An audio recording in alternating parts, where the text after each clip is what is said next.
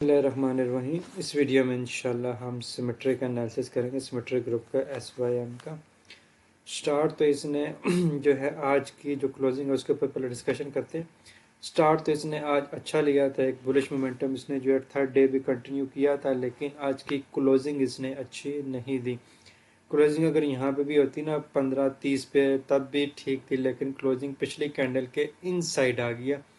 तो ये एक अच्छी चीज़ नहीं होती कि ऊपर से लिक्विडिटी स्वीप होगी, कैंडल इनसाइड क्लोज हो जाए, तो इसका मतलब होता है कि शेयर जो है ना थोड़ा सा रेंज में जा सकता है। अच्छा, तो अब ओवरऑल इसको देखते हैं। इसने जो एक हाई लगाया था 2025 के स्टार्ट में लगाया था, जनवरी में 22 का हाई लगाया था, हम इसको मार्क कर लेते हैं। उसके बाद इसने एक लो लगाया, हम इसको मार्क कर लेते हैं ये। अच्छा, फिर लो इस लो को ब्रेक करने के बाद इसने एक और लो लगाया, हम इसको भी मार्क कर लेते हैं ये वाला। तो अब ये हमारे पास रेजिस्टेंस है इस वक्त, ये हमारे पास पहले सपोर्ट थी, ब्रेक होने के बाद ये रेजिस्टेंस में कन्वर्ट हो चुकी है। और यहाँ पे काफ़ी टाइम ये एक पूरा यहाँ से पूरा डाउन ट्रेंड में रहा, यहाँ पे थोड़ा एकुमुलेशन हुआ, फिर थोड़ी सी डिस्ट्रीब्यूशन की, फिर नीचे आया, फिर हाई लगाया, फिर नीचे आया। तब एक पैटर्न्स आप इसको देखें तो ये एक हाई लगाया, फिर ऑलमोस्ट उतना ही लो लगाया या उससे थोड़ा सा ऊपर, फिर एक हाई लगाया, इसी तरह की क्लोजिंग दी जिस तरह की आज क्लोजिंग है। तभी मैं कहता आज की क्लोजिंग इसकी अच्छी नहीं आई, बिल्कुल इसी तरह की ये क्लोजिंग दी। देन फिर प्रॉपर एक लो पे आया, इस ऑर्डर ब्लॉक पे आया, देन फिर इसने सेम क्लोजिंग दी है इस तरह की। तो इस वजह से मैं कहता कि आज की क्लोजिंग इसकी अच्छी नहीं आई, क्योंकि पिछला इसका ट्रैक है कि जब भी ये इनसाइड क्लोजिंग दे रहा है इस तरह से ये नीचे आ रहा है। यहाँ पे चेक करें, ये एरिया ऐसे क्लोजिंग दी, फिर नीचे आया। अच्छा, यहाँ पे देखें ऊपर से लिक्विडिटी स्वीप करके यहाँ तो प्रॉपर ऑलमोस्ट कह दें गल्फिंग बनी हुई है। यहाँ पे इस तरह क्लोजिंग दी, फिर नीचे आया अपने सॉर्टर ब्लॉक पे, यहाँ पे क्लोजिंग फिर दे दिया। अब ये फिर देखते हैं कहाँ तक आ सकता है, क्योंकि क्लोजिंग इसकी अच्छी नहीं है। बस ये मैं बता रहा हूँ, इसकी क्लोजिंग 15:30 पे भी आ जाती ना तो तब भी बेस्ट था। अब मैं इसको देखता हूँ कि ये इसने रिजेक्शन ब्लॉक को स्वीप किया, देन फिर इनसाइड क्लोजिंग दे दिया। अब अगर ये आता है, अगर हम यही पैटर्न फॉलो करें जो पीछे पीछे ये करता रहे, ये हाई लगाने के बाद वापस से स्लो पे आ रहा है, ये हाई लगाने के बाद वापस से स्लो पे आ रहा है, तो अब पैटर्न ये फॉलो हो रहा है कि हाई लगाने के बाद वापस इस स्लो पे आता है, तो ये काफ़ी नीचे हो जाता है। ऑलमोस्ट जो है ना ये तकरीबन 13.5 पे इसका लो बन रहा है, इस टाइम ये 15 पे। तो अगर हम इसमें एक चीज़ देखें कि ये इसने स्विंग ब्रेक किया, तो ये एक जोन हो सकता है इसके सपोर्ट का, ये वाला फर्स्ट जोन। यहाँ पे गैप भी है, तो ये इसका फर्स्ट सपोर्ट हो सकता है कि यहाँ से ये यहाँ से सपोर्ट ले, तो देन फिर अपवर्ड मोमेंटम ये कंटिन्यू करें।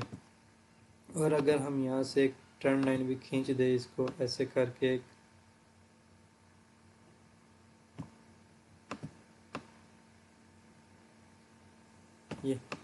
ये हमारे पास एक ट्रेंड लाइन भी आ रही है जिसकी ये रिजेक्शन से ना बार बार वापस हो रहा है।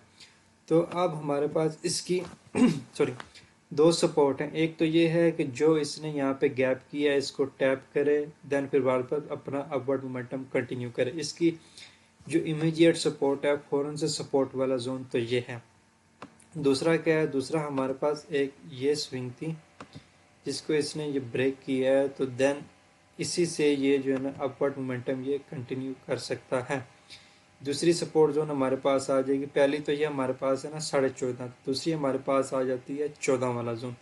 तो ये 14 से 14.5 तक का जोन इसका बहुत इंपॉर्टेंट है, यहाँ से इसको वापस रिटर्न हो जाना चाहिए। और अगर नीचे की सपोर्ट की बात करें तो नीचे वाली सपोर्ट तो इस वाले जोन पे भी मैच हो रही है, लेकिन बेस्ट अगर यही है इसने अपवर्ड मोमेंटम कंटिन्यू करना है ना फौरन से ही, तो इसको यहीं से वापस होना चाहिए। अगर ये यहाँ पे आता है फिर ये थोड़ा स्टक हो सकता है, थोड़ा सा टाइम ले सकता है, रेंज बाउंड हो सकता है दोबारा, तकरीबन इतना टाइम और लगा सकते हैं। ये ऑलमोस्ट 2 वीक्स का टाइम है, तो इतना टाइम ये मे भी फिर इधर और स्टक कर दे, लगा दे जितना टाइम ये जो है ना, अगर यहाँ पे आ गया ये 14 पे आ गया, 2 वीक इधर लगा के देन फिर ये अपवर्ड मोमेंटम कंटिन्यू कर सकता है। तो बेस्ट यही है, होप फॉर द बेस्ट कि ये इसी जोन से वापस उठे, ये जो गैप है इसको टैप करे तो देन यहीं से वापस उठे और ऊपर की तरफ एक मोमेंटम कंटिन्यू करें। जो टारगेट है, टारगेट हमारा ये वाला, ये 16 वाला टारगेट बनता है इसका, ये जोन ये बन रहा है ऑलमोस्ट 1580 पे। तो 1580 का जो टारगेट है वो अचीव करे। 1580 के बाद इसका जो नेक्स्ट टारगेट बनेगा वो बनेगा 17 वाला। 17 से तकरीबन 17 17.5 तक का जो है ना ये टारगेट बनेगा यहाँ से लेके, क्योंकि एक ये भी छोटी सी भी है, तो यहाँ से लेके 17 से लेके 17.5 तक इसका सेकंड टारगेट बनेगा।